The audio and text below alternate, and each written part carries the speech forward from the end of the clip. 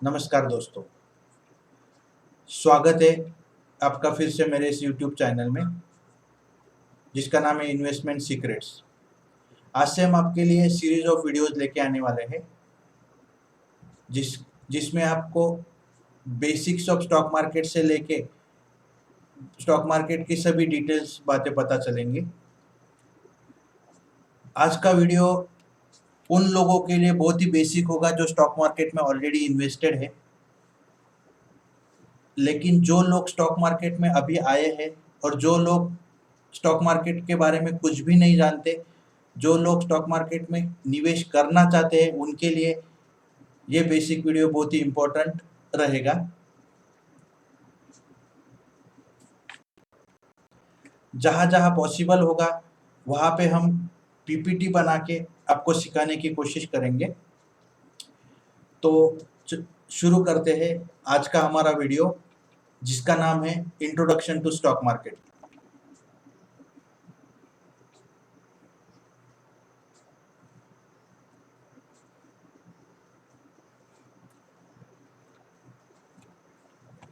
इस वीडियो में आपको पता चलेगा कि स्टॉक मार्केट में इन्वेस्टमेंट करना क्यों जरूरी है और आप स्टॉक मार्केट में कैसे इन्वेस्टमेंट कर सकते हैं। स्टॉक मार्केट के पिलर्स कौन से हैं।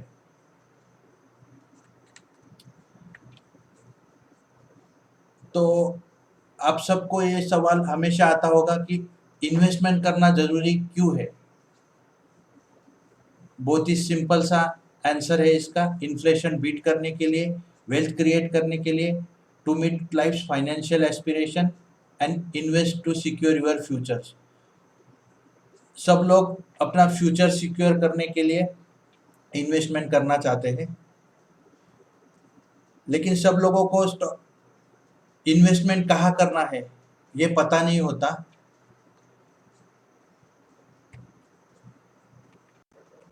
सो इन्वेस्ट कहाँ करने चाहिए, इसे एसेट एलोकेशन बोलते हैं। एसेट एलोकेशन का मतलब ये हुआ कि आपके पास अगर 100 रुपये है तो उसको डिवाइड करके हर एक इंस्ट्रूमेंट में पैसा डालिए, हर एक बास्केट में पैसा डालिए। तो ऐसे कौन से इंस्ट्रूमेंट्स हैं जिसमें आप पैसा डाल सकते हैं। एक है फिक्स्ड इनकम इंस्ट्रूमेंट्स जो कि एफडी हो गया, एलआईसी हो गया, पीपीएफ हो गया, गवर्नमेंट बॉन्ड्स हो गया। सेकंड है इक्विटी, थर्ड है रियल इस्टेट और फोर्थ है कमोडिटीज। इक्विटी में पैसा डालना जरूरी है क्योंकि वही एक आपके इन्फ्लेशन को बीट कर सकता है। अगर इक्विटी का पिछले 5-10 साल का रिकॉर्ड देखा जाए, इक्विटी मतलब शेयर मार्केट, अगर शेयर मार्केट का 5-10 साल का रिकॉर्ड देखा जाए तो CAGR मतलब जो ग्रोथ है, कंपाउंड एनुअलाइज ग्रोथ, वो ऑलमोस्ट 14-15% है। तीसरा इंस्ट्रूमेंट अपना है रियल इस्टेट, जिसमें सब लोग पैसा नहीं डाल पाते बिकॉज कॉर्पस रिक्वायरमेंट बहुत ज़्यादा होता है, कैश का रिक्वायरमेंट ज़्यादा होता है। और आप कहाँ पैसे डाल सकते हैं तो commodities, metals means gold and silver. तो चलिए शुरू करते हैं stock market. Stock market is synonymous with equity market, is synonymous with share market.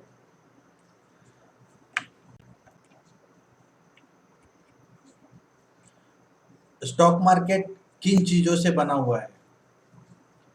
Stock market के बारे में जानने के लिए अब हमें शुरू करना होगा पार्लियामेंट से। पार्लियामेंट के अंदर फाइनेंस मिनिस्ट्री आता है। फाइनेंस मिनिस्ट्री के 3 पिलर्स होते हैं, एक आरबीआई, एक सेबी और एक आईआरडीए। आरबीआई सभी को पता है बैंकिंग नॉन बैंकिंग सेक्टर में काम करता है। SEBI mostly stock share market के लिए है और आईआरडीए इंश्योरेंस के लिए है।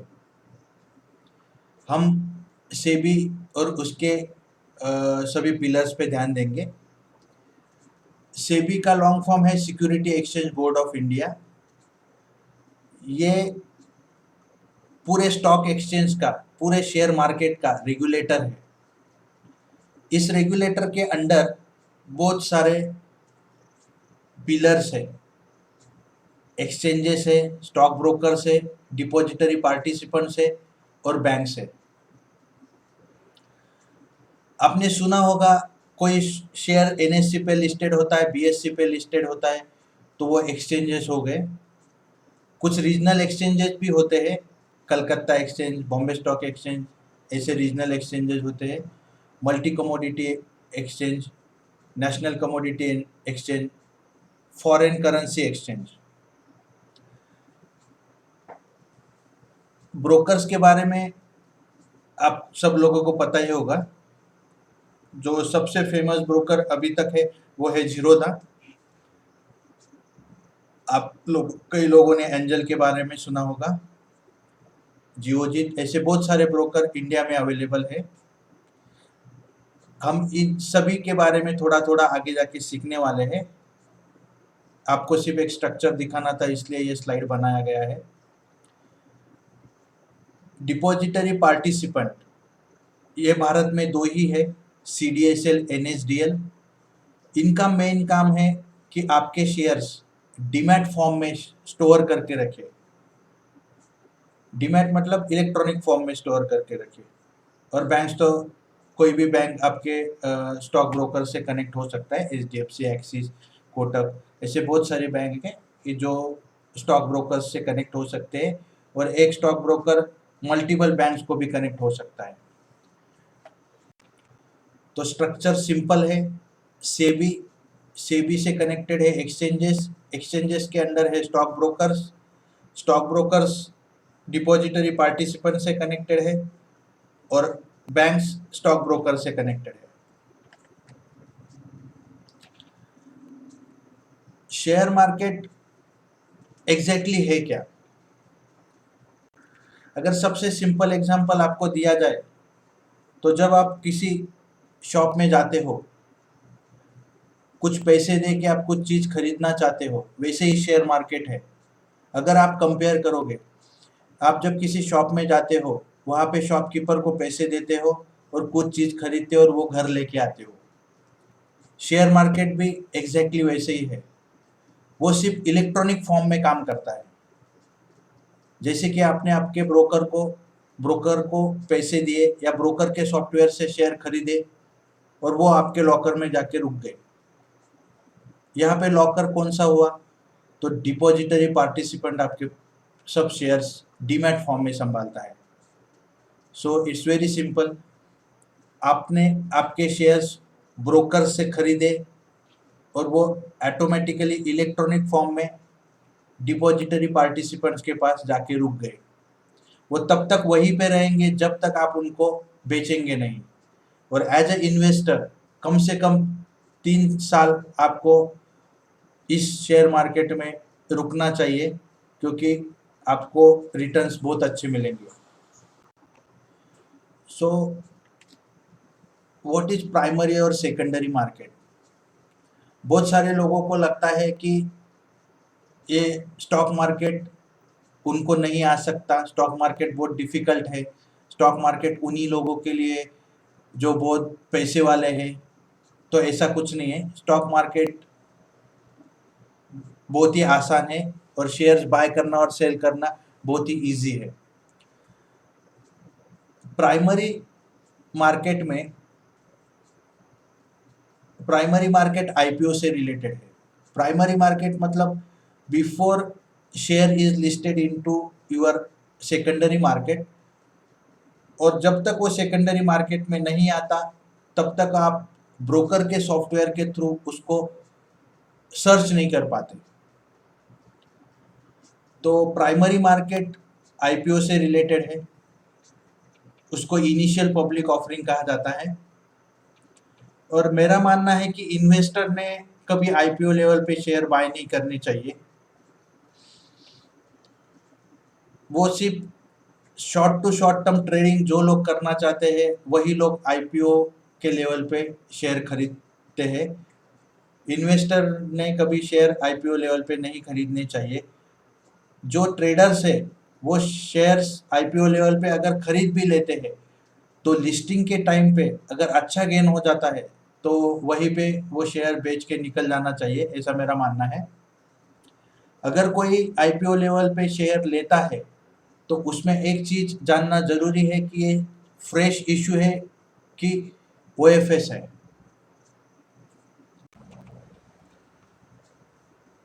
तो फ्रेश इश्यू वर्सेस ओएफएस का इम्पोर्टेंट ये हुआ, अगर फ्रेश इश्यू आता है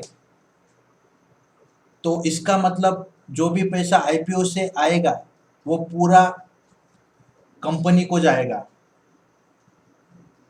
ओएफएस मतलब जो प्रमोटर्स ऑलरेडी कंपनी में है वो अपना हिस्सा बेचेंगे।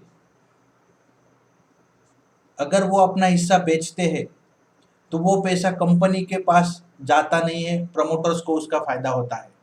तो हमेशा आईपीओ जब भी आता है तो हमें चेक करना जरूरी है कि ये फ्रेश इशू कितना है, ओएफएस कितना है।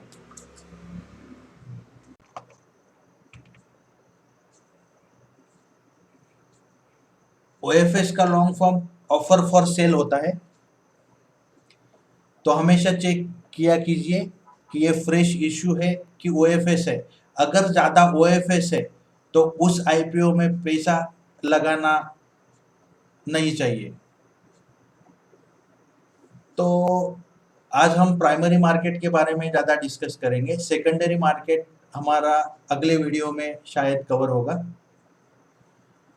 तो इनिशियल पब्लिक ऑफरिंग आईपीओ जब भी आता है तो उनमें कौन कौन पार्टिसिपेंट कर सकते हैं, या हम दूसरी भाषा में बोल सकते हैं कि स्टॉक मार्केट में कौन कौन से पार्टिसिपेंट्स होते हैं। आप सभी लोगों को पता ही होगा, इसमें एफआई होते हैं, डीआईआई होते हैं, एएमसीज होते हैं, रिटेल पार्टिसिपेंट जो कि हम हैं, एनआरआई एंड ओसीआईज होते हैं, ओवरसीज इंडियंस। तो फॉरेन इंस्टीट्यूशनल इन्वेस्टर्स मतलब क्या, जो नॉन इंडियन कॉरपोरेट एंटिटीज है like asset management companies, hedge funds, other investors, वो एफआईआई होते हैं। डीआईआई मतलब लार्ज कॉरपोरेट एंटिटीज जो इंडिया में है लाइक एलआईसी, और जो डोमेस्टिक एसेट मैनेजमेंट कंपनीज है उसमें SBI mutual fund, DSB, black rock, HDFC, AMC, ऐसे म्यूचुअल फंड्स होते हैं। और एक कैटेगरी होता है जिसे एचएनआई कहा जाता है, high net worth individuals. So primary market IPO के बारे में हम थोड़ा डिस्कस कर लेते हैं। जैसे मैंने आपको पहले ही कहा, आईपीओ के बारे में हमें जानना ज़्यादा ज़रूरी है नहीं एज ए इन्वेस्टर, फिर भी हम थोड़ा बहुत डिस्कस कर लेते हैं। तो कभी भी किसी कंपनी का आईपीओ आता है तो उसमें क्या सीक्वेंस होता है। अगर कोई कंपनी अपना आईपीओ लाना चाहती है तो उसको पहले एक मर्चेंट बैंकर अपॉइंटमेंट करना पड़ता है। ये एक बैंक हो सकता है या मल्टीपल बैंक्स हो सकते हैं। बैंक का काम ये रहेगा कि कंपनी को हेल्प करना पूरे प्रोस्पेक्टस बनाने के लिए जो सेबी को प्रेजेंट किया जाएगा। उसमें लीगल फॉर्मेलिटीज वगैरह सब आएंगे जो बैंक उनको हेल्प करेगा। कभी कभी वो बैंक शेयर्स खरीदने के लिए भी रेडी हो जाते हैं जब आईपीओ लॉन्च होगा। उसके बाद वो जो प्रोस्पेक्ट बनता है वो सेबी को अप्लाई करना पड़ता है। वो प्रोस्पेक्ट्स लेके कंपनी सेबी को अप्लाई करती है। सेबी से उनको क्लियरेंस मिला तो वो कंपनी आगे जा सकती है। जब कंपनी को सेबी से अप्रूवल मिलता है उसको ड्राफ्ट रेड हेरिंग प्रोस्पेक्टस बोलते हैं, जो कि फाइनल प्रोस्पेक्टस है, करेक्टेड प्रोस्पेक्टस है। वो जो सेबी ने सब करेक्शन करने को बोला था और वो कंपनी ने करेक्ट करके नया जो प्रोस्पेक्ट बनता है फाइनल प्रोस्पेक्ट, उसको ड्राफ्ट रेड हेरिंग प्रोस्पेक्ट बोलते हैं, डीआरएचपी।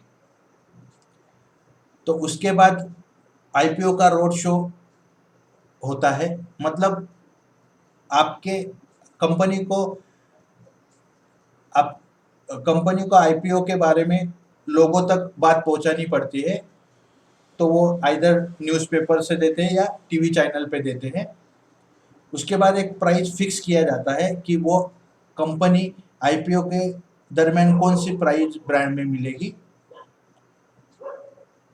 फिर बुक बिल्डिंग शुरू होता है। बुक बिल्डिंग मतलब इशू ओपन हो जाता है सब्सक्रिप्शन के लिए, एक क्लोजर डेट आता है, उसके बाद वो आईपीओ कुछ दिनों के बाद लिस्ट हो जाता है, और जब वो लिस्ट हो जाएगा तब वो सेकेंडरी मार्केट में आ जाता है। जो हमने ऊपर की स्लाइड में देखा कि primary market is IPO.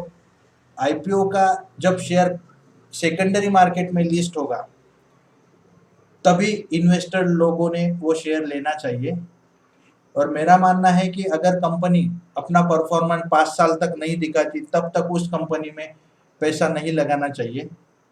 Company के बारे में बहुत सारे न्यूज़ चैनल, बहुत सारे न्यूज़ रिपोर्टर, बहुत सारे ऑपरेटर्स आपको कुछ गलत बातें बताते हैं।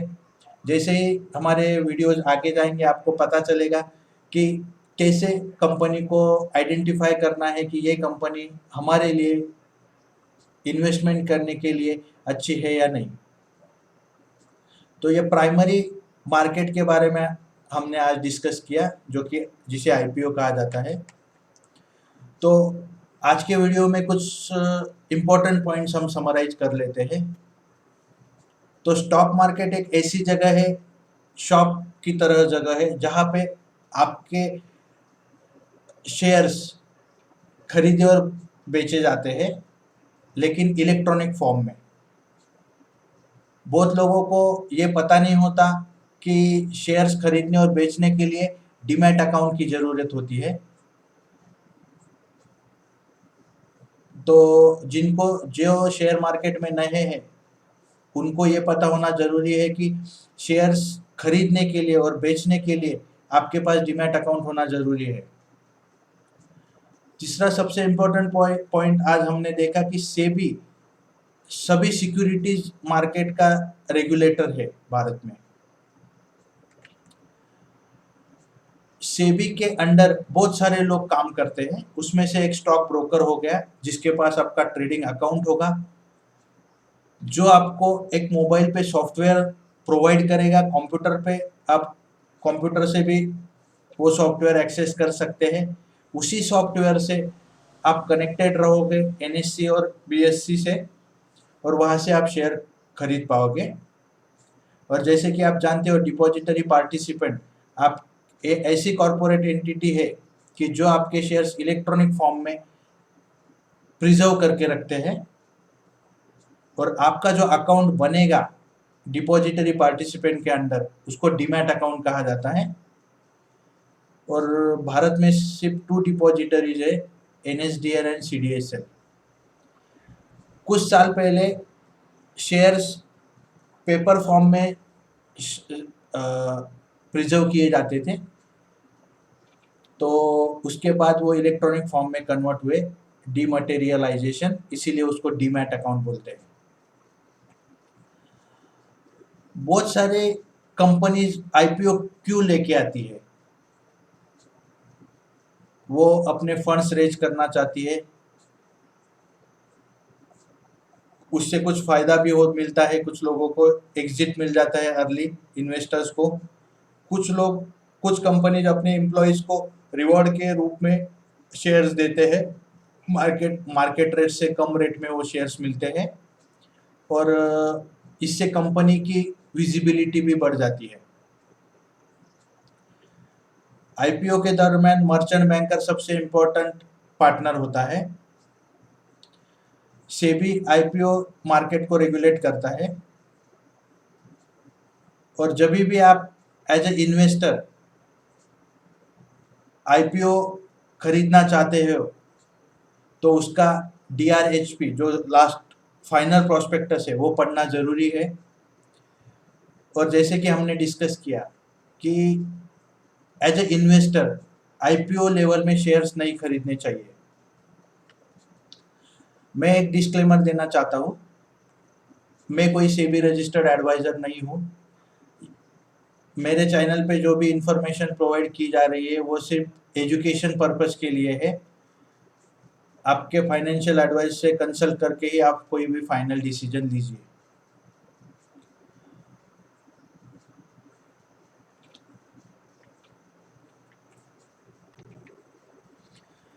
तो दोस्तों आज हमने देखा कि स्टॉक मार्केट किन चीज़ों से बना हुआ है। कल बहुत सारे लोगों ने मेरे पहले वीडियो को सब्सक्राइब किया था,